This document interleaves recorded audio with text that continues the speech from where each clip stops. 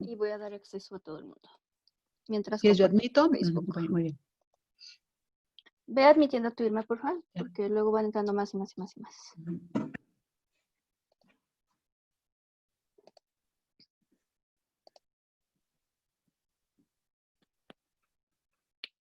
Y espero tu aviso.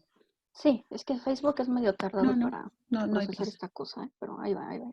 Buenos días a todos, en breve iniciamos. Les vamos pidiendo, por favor, que apaguemos nuestros micros.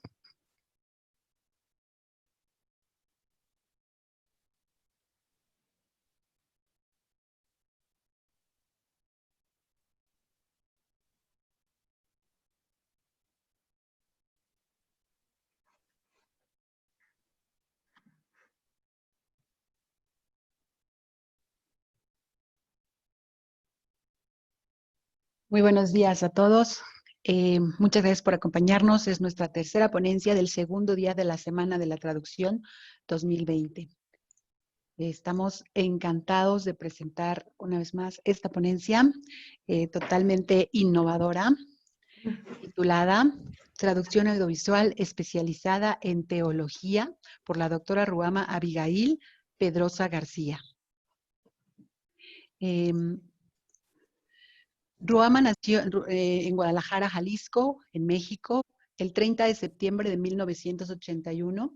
Es licenciada en Sociología por la Universidad Nacional Autónoma de México, maestra en Psicología Social de Grupos e Instituciones por la Universidad Autónoma Metropolitana y doctora en Antropología Social por el Centro de Investigaciones y Estudios Superiores en Antropología Social, donde realizó una investigación entre el pueblo menonita que vive en territorio mexicano.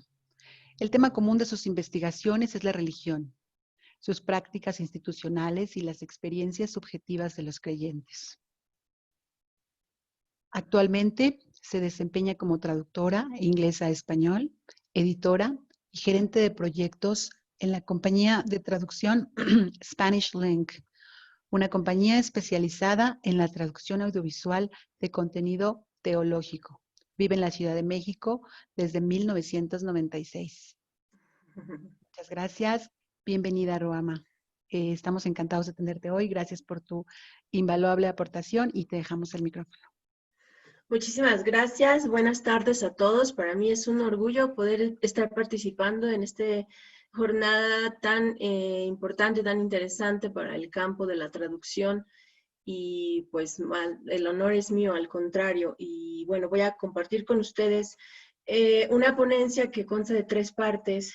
La primera, voy a ofrecerles un análisis de un corte más sociológico sobre la figura del traductor en teología, basándome en un estudio de caso que tiene que ver con la experiencia de la compañía en la que trabajo, Spanish Link.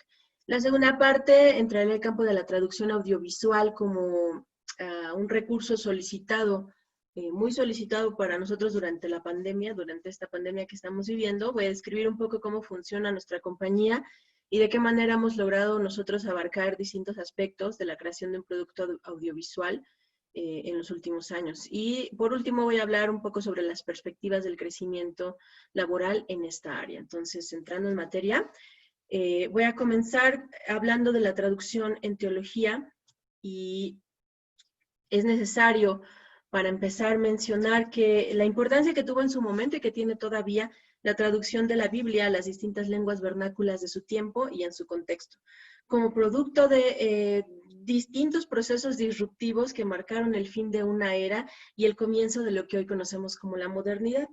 La Biblia como texto sagrado fue durante mucho tiempo, como ustedes saben, una lectura prohibida para el pueblo laico. El control que se ejercía sobre ella tenía que ver más con su contenido, más que con su contenido, con la justificación de la existencia y organización de la Iglesia Católica Romana como una institución que ostentó un fuerte monopolio religioso, político y económico durante la Edad Media. Sin embargo, la Reforma Protestante del siglo XVI, que se acompañó de múltiples traducciones de la Biblia en distintos países y contextos, se presentó como este movimiento disruptor que contribuyó no solo al quebranto del monopolio de la Iglesia Católica en esa era, sino también a la transformación de Europa en un primer momento. La traducción de la Biblia a las lenguas comunes del pueblo contribuyó además a un proceso novedoso que después, bajo los gobiernos laicos y los nuevos estados de derecho, se volvería una de las garantías fundamentales del ser humano y del ciudadano, el derecho a decidir.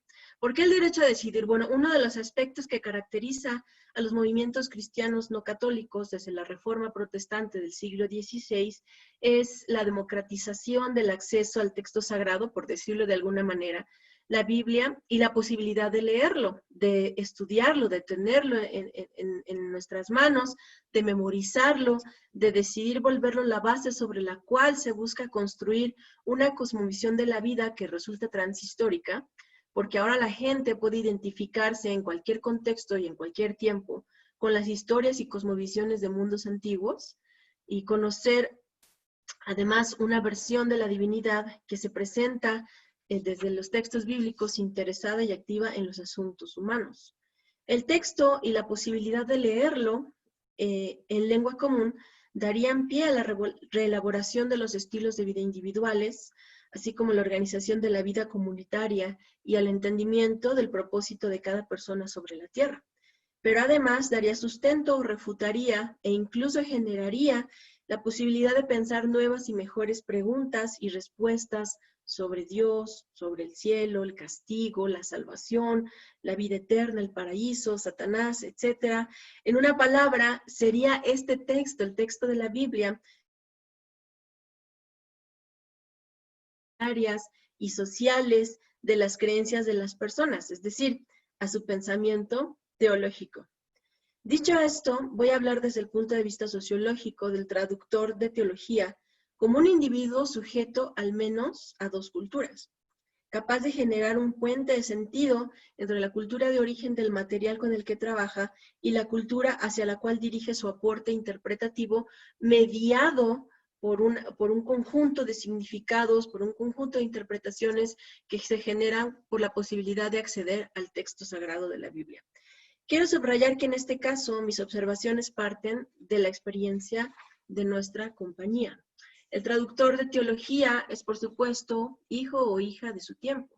Nació y creció en un contexto sociocultural, fue socializado en ciertas significaciones sociales, exploró los límites de esos significados, construyó su identidad dentro de ciertos parámetros y se volvió un agente activo de cambio, de transformación y de apropiación de los elementos socioculturales del medio en el que se encuentra.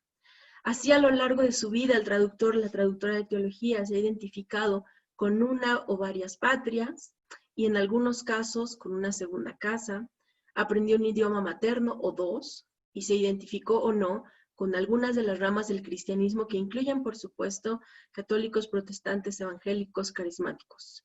Pero en algún punto, la mayoría de nuestros traductores, por diversas razones, tomamos la decisión de adscribirnos a alguna iglesia cristiana no católica, lo que representó para nosotros la necesidad de aprender otra forma de vivir la fe y acercarse al misterio de la divinidad. Al volvernos cristianos, uno pasa a formar parte de un corpus, de una comunidad que se encarga de introducir al individuo a su segunda condición de sujeto, es decir, como creyente. Y parte de lo que como parte de lo que llamamos el pueblo de Dios, de la iglesia. Se deben conocer los elementos fundamentales de la fe que es compartida por millones de personas en el mundo. Con el tiempo, el nuevo creyente se va familiarizando con los conceptos que denominan la experiencia común de sus correligionarios. Entiende al menos de manera general lo que es la salvación, la oración, la fe, la sanidad, la palabra de Dios, el amor al prójimo, etc. Ha memorizado además algunos pasajes de la Biblia y ha recibido enseñanzas al respecto que ha interiorizado y tiene por verdad, volviéndolas una guía para sus acciones cotidianas. Es decir, a lo largo de su vida como creyente, uno recibe y recibirá una fuerte capacitación implícita y explícita en teología, en el contenido de las doctrinas que fundamentan las diversas denominaciones o movimientos religiosos dentro del cristianismo no católico. Y como resultado de este proceso, esta persona es capaz de contrastar la cultura de lo que se denomina, entre comillas, el mundo, es decir, lo que está fuera de la iglesia, y los parámetros éticos y religiosos que ha aprendido dentro de la fe. No debemos olvidar que la iglesia, desde sus orígenes, es una institución educativa por excelencia. Forma además sus propios cuadros al interior del liderazgo, su propia organización, tiene sus propios autores, materiales escritos, contenidos de su música, como pueden ser los himnos, por ejemplo, que también esa es otra historia muy bonita, que han sido traducidos del inglés, del francés, del alemán al español, y todavía se cantan en algunas iglesias cristianas evangélicas, ¿verdad? La Biblia, entonces, como institución educativa, se ha dado a la tarea, pues, de formar sus propios cuadros, y esta formación, incluso en los distintos niveles en los que se va dando, tiene que ver con iniciar al creyente, con introducir al creyente a diversos tipos de conocimiento que forman la base de los conceptos sobre los que se fundamentan la fe. Por ejemplo, accedemos al texto bíblico con algunos conocimientos de hebreo, de griego y de latín, porque nos interesa saber en un ejercicio más exegético, ¿verdad? Las historias, cómo fueron escritas, esta palabra qué quería decir en nuestros tiempos, etcétera, etcétera. Y también aprendemos a realizar este ejercicio hermenéutico dentro del marco, además, muy, muy importante de la comunidad, la hermenéutica comunitaria, en grupos pequeños de estudio de la Biblia, en estas sesiones de acompañamiento que llamamos discipulado, etcétera, etcétera, ¿no?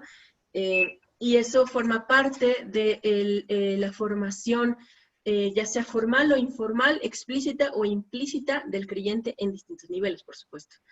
El bagaje cultural de esta experiencia, que se complementa además con un sentido de responsabilidad de compartir con otros la fe y la vivencia, posiciona al creyente como un comunicador en potencia.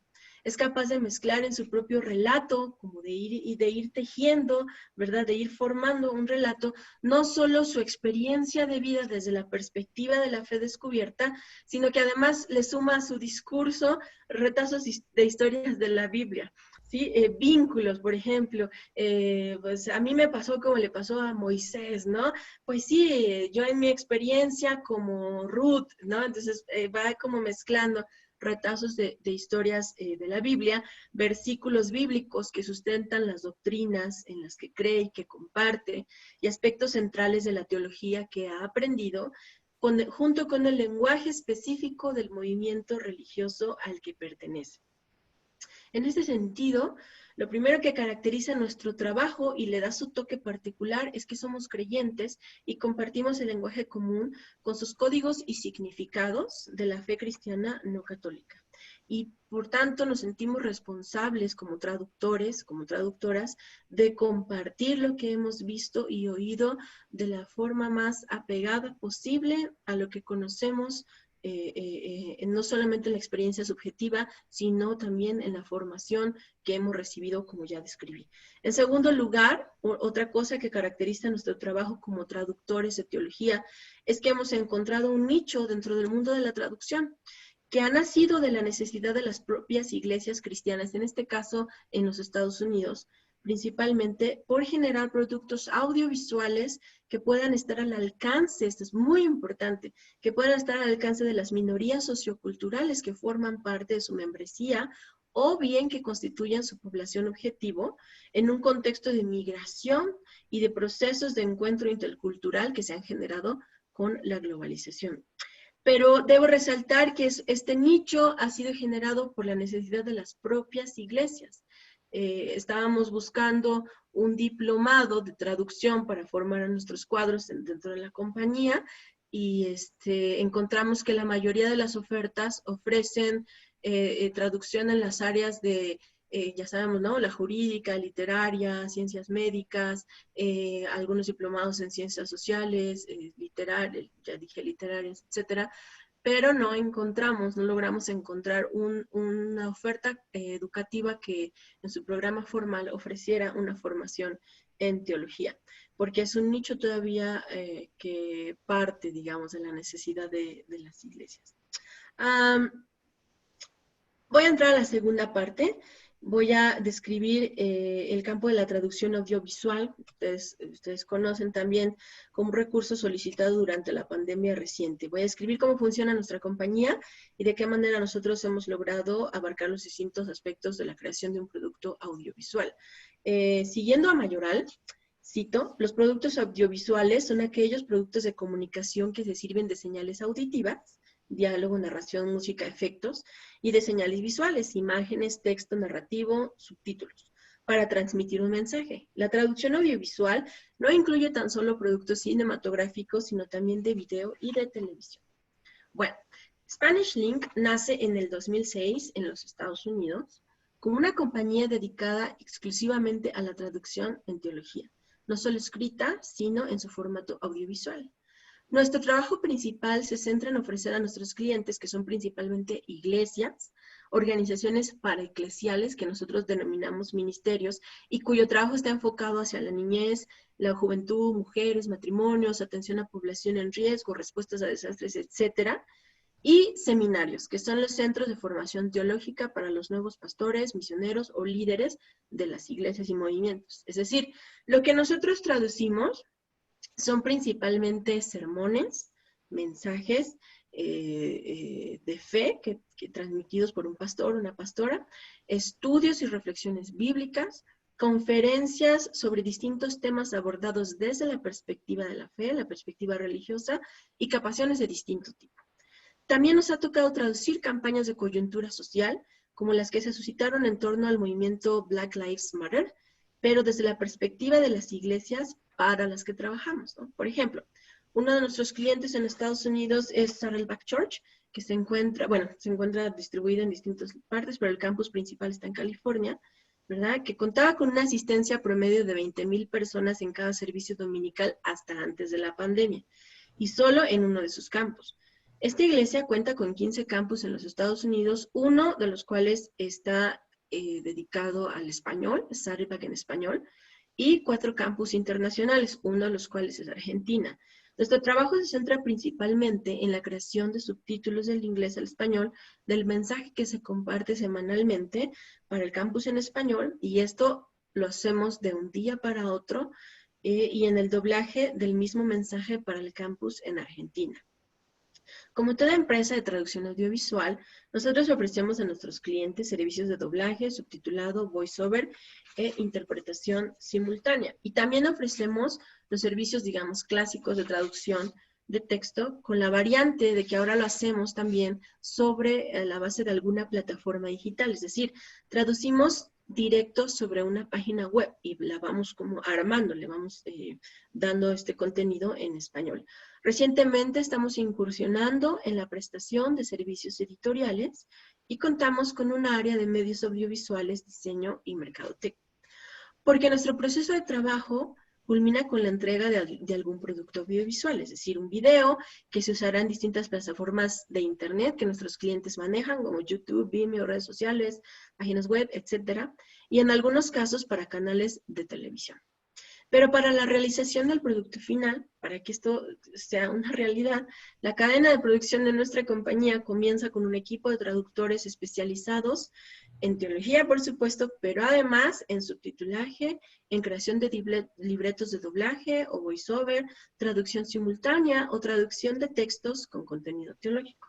Una vez creado el texto, es revisado por nuestro equipo de editores, capacitados también en el uso de software como la plataforma, distintas plataformas puedo mencionar, que facilitan su trabajo. Al terminar, el texto de los subtítulos o los libretos ya revisados son enviados a los estudios de grabación con los que trabajamos y que se encuentran principalmente en México y Colombia, y luego pasan al área de medios audiovisuales de nuestra compañía, donde se genera el producto final. Como ven, nuestra compañía se compone de un equipo multidisciplinario cuya experiencia y profesionalismo en las distintas áreas que he descrito, además de su formación teológica previa, tal y como la describí al principio, ha contribuido a la especialización de nuestro enfoque en traducción audiovisual. Nuestro personal además es capacitado en los distintos usos de softwares en los que nos apoyamos, como Aegis, WordFast, Amara, Adobe Premiere o InDesign.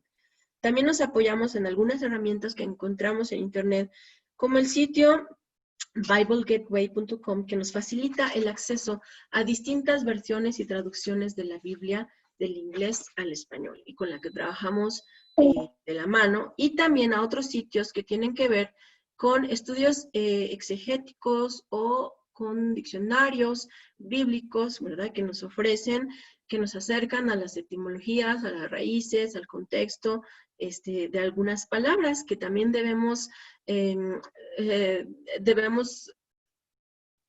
profundizar, digamos, en nuestro conocimiento, porque algunos de los mensajes o de los contenidos que traducimos se basan en palabras hebreas, por ejemplo, como el shalom, este concepto hebreo del shalom, que no nada más significa paz, tiene un concepto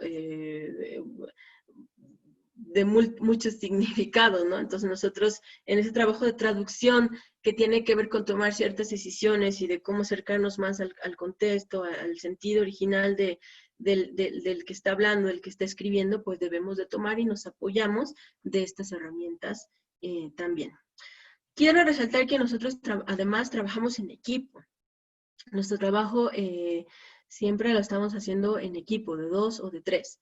Y como llevamos varios años trabajando para los mismos clientes, y además como nos especializamos únicamente en traducción en teología, parte de nuestro trabajo ha incluido la creación de nuestros propios glosarios, que procuramos además mantener actualizados. Para ir cerrando esta tercera parte de mi ponencia, quiero ofrecer un panorama de las perspectivas de crecimiento en el área de la traducción audiovisual especializada en teología.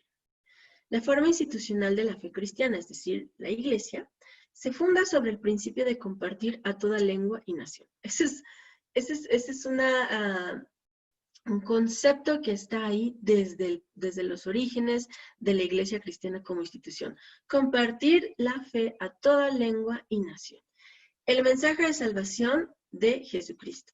En ese sentido, la Iglesia ha buscado difundir su mensaje en todo el mundo, de distintas maneras, patrocinando y enviando lo que conocemos como misioneros, que eran estas figuras, personas que viajaban a otros países, que se insertaban en otras culturas y que tuvieron que pasar por un proceso de encuentro, de aculturación, algunas veces, otras no. Bueno, es un proceso, esta cuestión de la misionología, que tiene que ver con el encuentro de dos culturas, llevando a cabo, por el otro lado también, otra forma de difundir el mensaje, llevando a cabo campañas evangelísticas masivas, locales, internacionales, impulsando los estudios de la Biblia. Por eso comencé hablando de este proceso de apropiación del texto bíblico, ¿verdad? Y las reuniones en casas, etc. Con el paso del tiempo, la Iglesia ha incorporado sus herramientas y estrategias, el uso de los más media, por supuesto, para hacer que sus mensajes, hacer que su mensaje, llegue a más personas. Este fenómeno comenzó quizás con los predicadores que compartían sus mensajes por radio en aquellos años del gospel, ¿no? Incluso, y luego por la televisión. Hay películas hoy en día, películas con contenido cristiano producido por cristianos, ¿no? Con este mensaje, canales de televisión que se dedican a la difusión de música, estudios, sermones, programas enfocados a distintos grupos de edad, etcétera, etcétera, con contenido cristiano, páginas de Facebook, etcétera, ¿no? Y no está por demás decir que no son solo una iniciativa novedosa, digamos, de la Iglesia para obligar la escucha de sus creyentes, sino que también responden a las nuevas audiencias de consumidores y buscadores de sentido en nuestra cultura de consumo occidental. O sea, no solo que la Iglesia un día se le ocurrió y ya lo hizo y todos sus feligreses prenden la tele y ven, sino que también responde a una demanda que existe dentro del mercado de consumo de contenidos de sentido, ¿no? Como llamamos en sociología. Es decir, como el sociólogo Durkheim, al afirmar allá en el siglo XIX, la forma institucional de la religión, es decir, la Iglesia, es un reflejo de la sociedad de su tiempo. En la era de las comunicaciones digitales y la sociabilidad mediada por pantallas y el Wi-Fi, las iglesias han aprendido a aprovechar las bondades de las telecomunicaciones para compartir sus mensajes e influir sobre el sujeto más allá del espacio físico de los lugares de culto. Lo hacían mucho antes de la pandemia, ¿verdad? Pero en la pandemia actual, este ejemplo es todavía más claro de cómo el uso de estos medios de comunicación masiva han sido una excelente forma de resolver para la iglesia su posicionamiento e influencia dentro de la feligresía, ¿no? Durante esos 6, 7 meses de encierro y cese de actividades públicas y masivas, nosotros como compañía notamos un repunte en los encargos de nuestros clientes para generar productos que de otra forma podrían haberse suplido mediante los recursos humanos de cada organización. Es decir, pasamos de producir estos videos semanales, como ya describí, a generar series completas de estudios bíblicos proyectadas para 2 o 3 meses y para todo tipo de audiencia.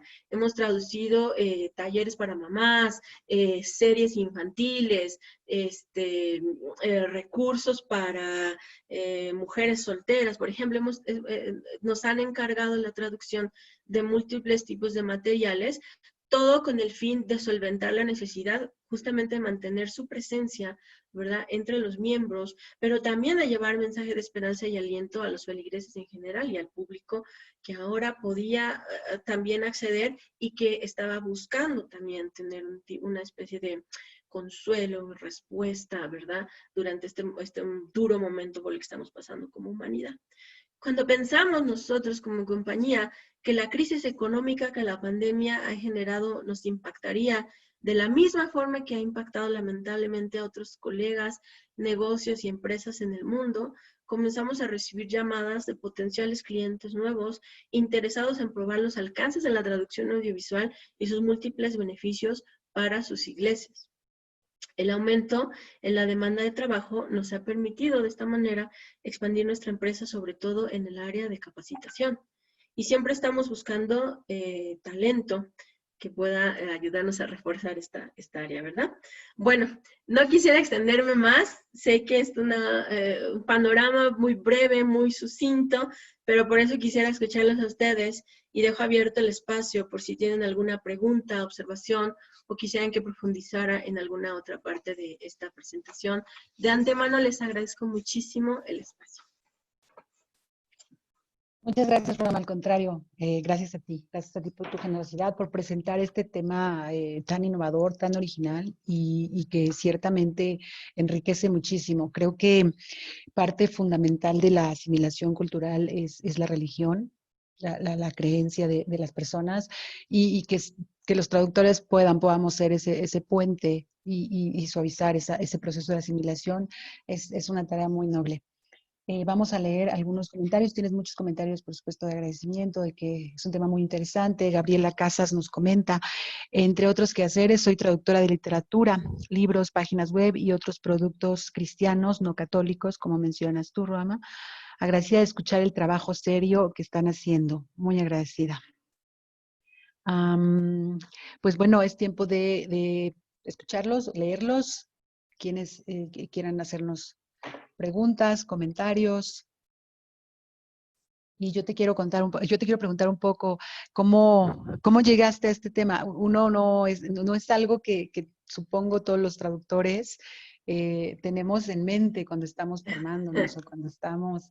La verdad es que incluso te preguntaría, ¿dónde encuadras la traducción teológica dentro de la clasificación en términos de traducción? ¿Y cómo llegaste a esta rama, a esta área? Bueno, yo tengo más de 10 años, digamos, de experiencia trabajando con este tipo de traducción, no necesariamente aquí en la compañía SpanishLink, porque justo es una, como ya dije, la iglesia como institución educativa, como institución que genera contenido cultural, ¿no? Siempre está formando sus propios cuadros y en busca también de voluntarios, voluntarias, personas que puedan apoyar sus distintas iniciativas. Y pues una vez alguien me preguntó, oye, ¿tú sabes inglés? Sí, ¿traduces? Bueno, hace más de 10 años, no estoy hablando a la ligera nomás, era más joven en ese entonces.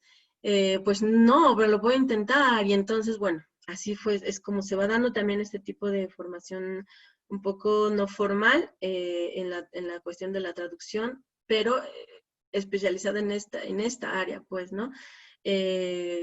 Estudios bíblicos eran en ese entonces igual del inglés al español. Por ahí alguien hizo una pregunta en el chat si manejamos más lenguajes, ya un compañero ahorita la contestó, sí, hacemos más traducciones en árabe, en hindi, en el creole, algunas veces nos ha tocado, en francés, en alemán, en chino. Nuestra compañía se llama Spanish Link, pero realmente la demanda sí es muy amplia y pues hemos tenido la oportunidad de generar un trabajo muy bonito, ¿no? Con otros compañeros que nos colaboran en estas áreas, ¿no?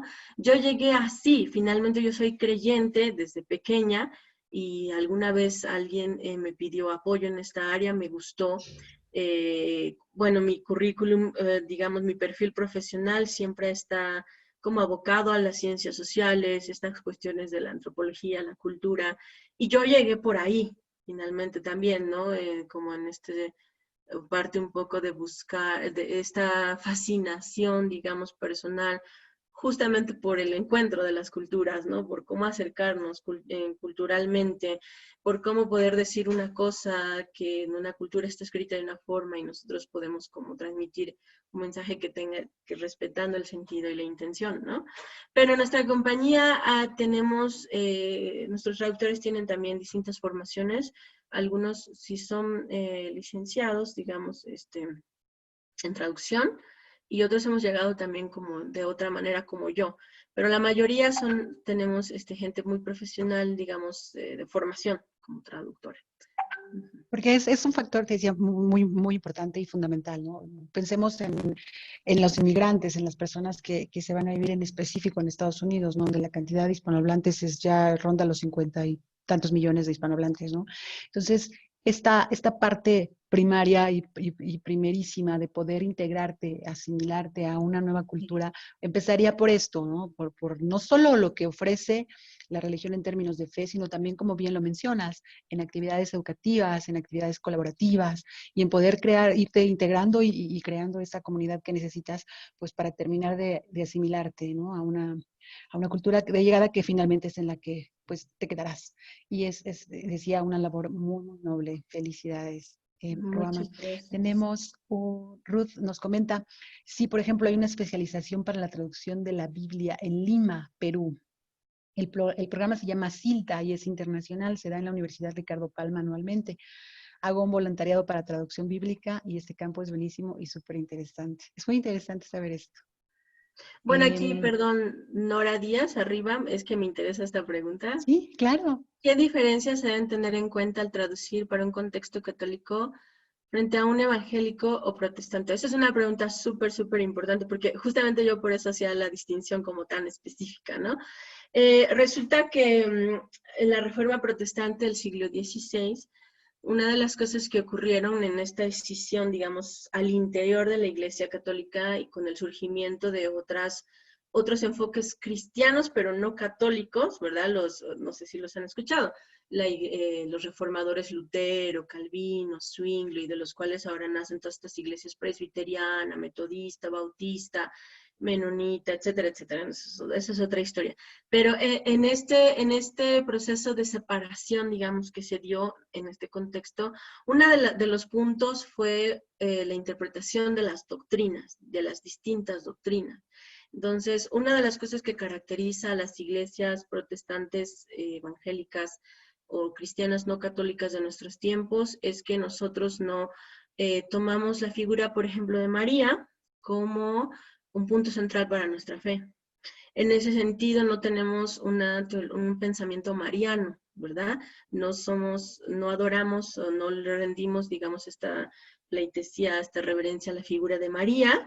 Y entonces, para empezar, en nuestra teología, eso es por poner un ejemplo, no conocemos o no usamos el concepto de madre de Dios.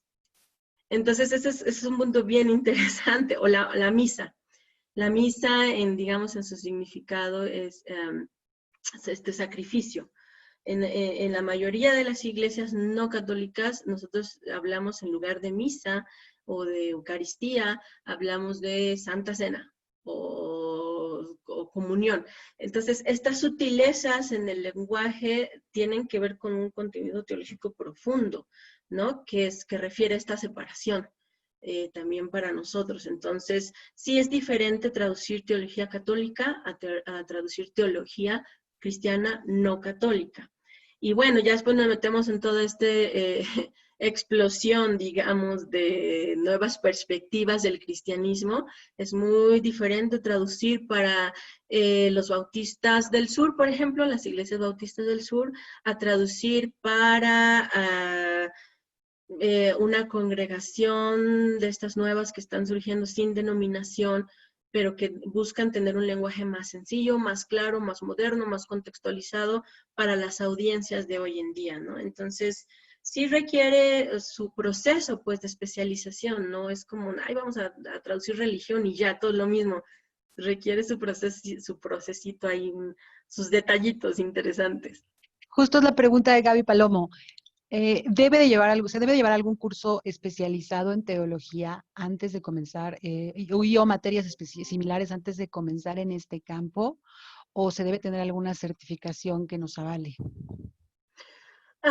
Como yo comentaba al principio, la única forma que uno puede estudiar, no hemos encontrado, una cosa es traducir la Biblia, ¿verdad? Y otra cosa es traducir en teología, traducir teología.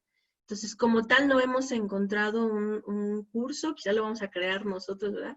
Un diplomado, una capacitación en este sentido, porque la única forma de estudiar, bueno, hay dos formas de estudiar teología, es en la universidad. Tú puedes estudiar teología, ¿no? Y en los seminarios bíblicos de manera formal. Pero como yo decía, o sea, si perteneces a una iglesia cristiana no católica o a un movimiento cristiano no católico, como parte de tu formación, de tu aculturación a esta nueva perspectiva de la fe, vas a recibir una capacitación.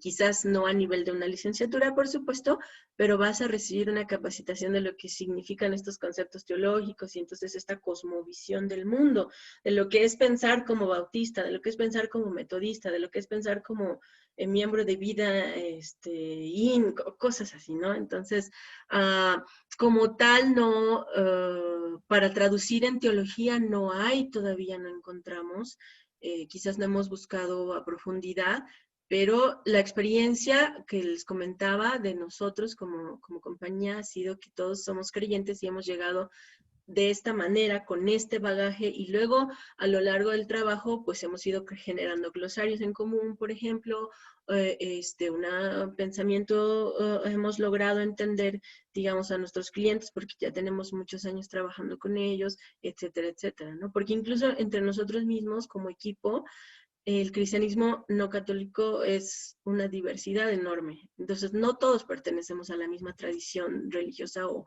de fe. Uh-huh. Muchas gracias. Dana Hernández nos pregunta, excelente información. He sido intérprete en una iglesia cristiana en California por varios años y no he encontrado muchos recursos para seguir actualizándome en esta área. Un poco de lo mismo nos pregunta, ¿no? ¿Alguna recomendación de recursos al respecto? Es un poco ya contestado, okay. ¿no? Ok, ajá. Tenemos más. Nos pregunta Enrique, ¿nos puedes contar de tu formación teológica y las instituciones de educación teológica donde has enseñado? Sí, claro que sí. Yo he estudiado teología en la Comunidad Teológica de México y en el Instituto Teológico No Bautista de México, perdón, hace muchos años.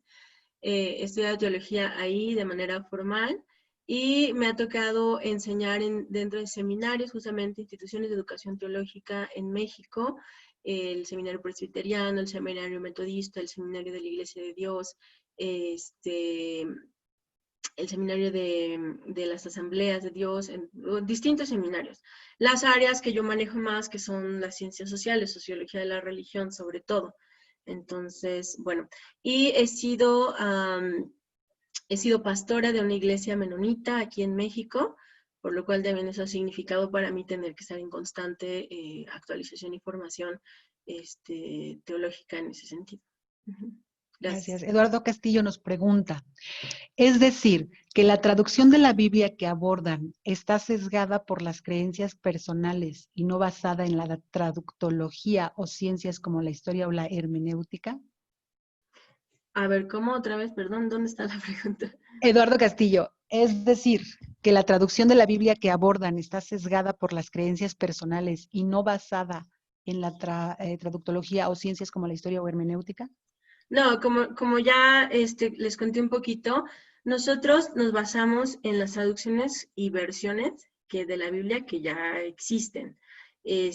Manejamos todo un, digamos, toda esta página web donde hay diferentes, incluso las contrastamos también para llegar, digamos, como a dar con el término que nuestros clientes o el autor o el charlista está manejando, ¿verdad?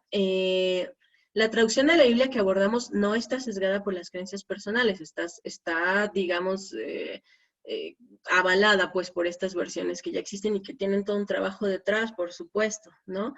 Es más bien la interpretación, ¿no? Y tampoco es como solo creencias personales, es también todo un trabajo de creación de significados en un proceso, digamos, histórico que abarca muchos siglos, ¿no?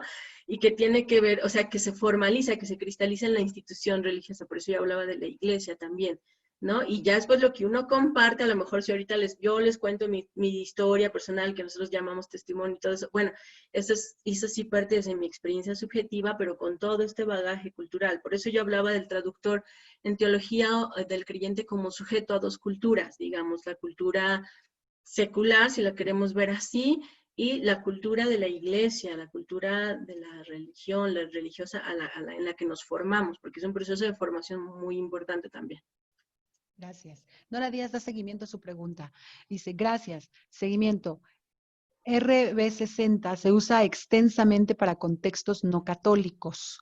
¿Cuáles versiones son las más usadas en el contexto católico?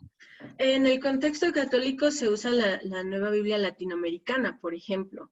Me parece que también hay una versión que se llama, bueno, una de las más antiguas es la Torre Samat, y también hay una Carein, pero no me acuerdo bien del autor, pero son estas, pero sobre todo la Nueva Biblia Latinoamericana.